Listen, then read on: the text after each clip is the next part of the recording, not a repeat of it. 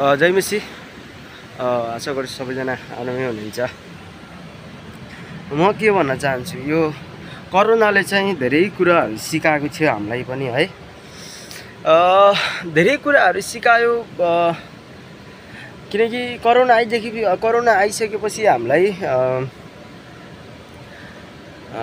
कसरी चाहिँ मानिसहरूदेखि कति कदम टाढा हुनुपर्छ, कति चाहिँ दुष्ट कामहरूदेखि, जस्तै गरी साफसफाइ गरेन भने के हुन्छ, अनि धेरै यस्तो कुराहरू सिकायो कोरोनाले चाहिँ हामीलाई कि है।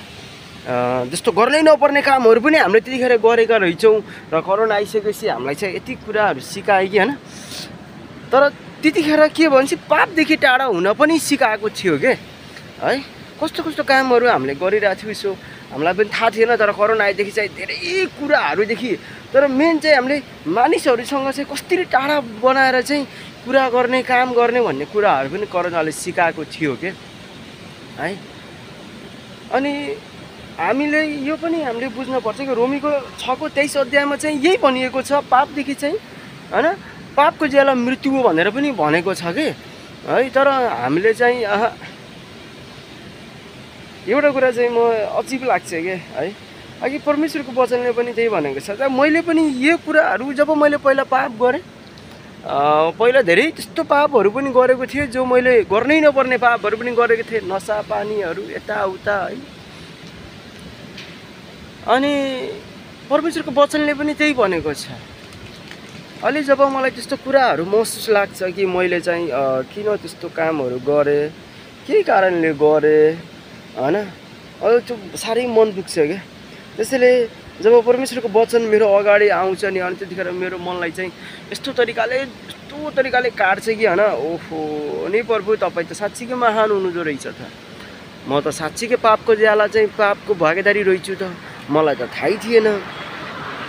आखिर के रहेछ त त्यस्तो जो मेरो जीवनमा चाहिँ मैले गर्नै नपर्ने कामहरू पनि गरेको रहेछु त। तर क्षमा चाहिँ प्रभुमा रहेछ, किनकि प्रभुले भन्नुभएको छ नि त होइन, प्रभुमा रह्यो भने चाहिँ प्रभुले चाहिँ अनन्त जीवन दिनुहुन्छ है। रोमी 6को 23मा भनिएको छ। त्यस्तै गरी कतिपय मानिसहरूको जीवनमा चाहिँ त्यस्तै तरिकाले भइरहेको छ। तर एउटा कुरा चाहिँ केही पनि कुराहरू तपाईँको जीवनमा नराम्रो भइरहेछ भने होइन, तपाईँको जीवनमा कष्टहरू आइरहेछ भने, तपाईँको जीवनमा धेरै कुराहरूले चाहिँ तपाईँलाई सताइरहेछ भने होइन, तपाईँको जीवनमा अन्धकार भइरहेछ भने एक न एक दिन चाहिँ हमेसा गलतको सही हुन्छ, अन्धकारको उज्यालो आउँछ है, दुःखको चाहिँ सुख आउँछै आउँछ। यो चाहिँ हामीले बिर्सिनु हुँदैन। एक न एक दिन प्रभुले सबै बाटोहरू खोलिदिनुहुन्छ।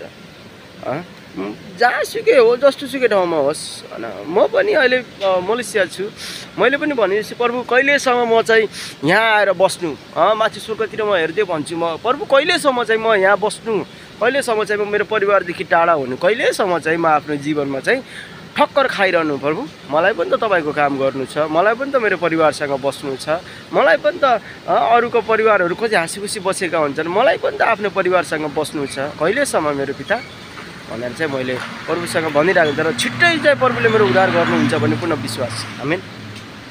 त्यसैले केही न केही कुराहरू हामीले प्रभुबाट सिक्न जरुरी छ, किनकि आफ्नो जीवनलाई नै परिवर्तन कसरी गर्ने हो त्यो प्रभुले सिकाउनुहुन्छ, किनकि प्रभुले पनि धेरै कुरा परिवर्तन गर्नुभएको छ। आमेन।